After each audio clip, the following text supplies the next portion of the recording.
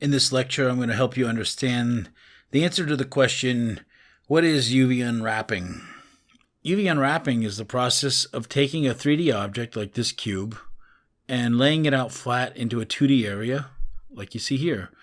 Notice that all 6 sides of this cube are organized in such a way so that I've only cut a minimal number of edges and left some of the edges attached in between.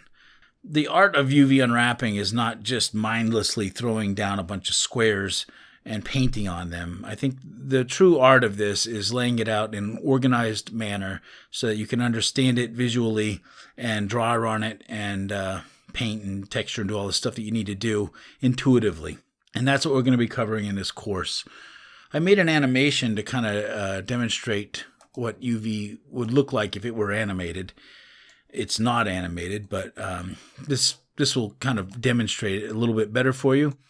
So if I scrub through this animation, you can see this box coming apart at the seams and laying out flat. And the end result is that shape that we were just looking at in the UV editor. And again, if I scrub backwards, you can see it being reassembled back into a cube again. Okay. In a nutshell, that's what UV unwrapping is. It's taking a 3D object and finding the seams, splitting them apart, and opening it up flat so that you can paint on it. Simple as that. So you're probably wondering, why U and V? Why don't I use X and Y? Doesn't that make more sense? X and Y works for the 3D system. Why can't it work for the 2D system? If you haven't already guessed, U and V represent the horizontal and vertical axis of the 2D system. Okay, so in other words, this axis right here in the 2D view is the U axis, and the vertical axis is the V axis. In 3D space, there is no U and V. It's all X, Y, and Z. Okay.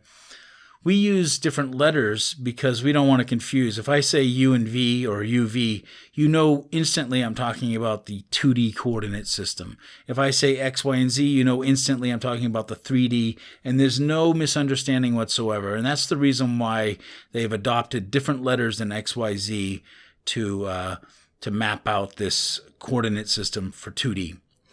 If you look at this using the alphabet, you notice that the letters of the alphabet obviously end in XYZ, and we got used to using those letters for 3D.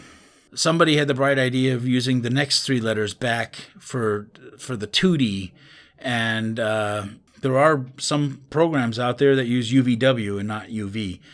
But Blender and Unity both use UV respectively. So that's basically where the letters are. They're not just random letters. There was a little bit of logic behind it, and that's for the most part the reason why those letters were chosen.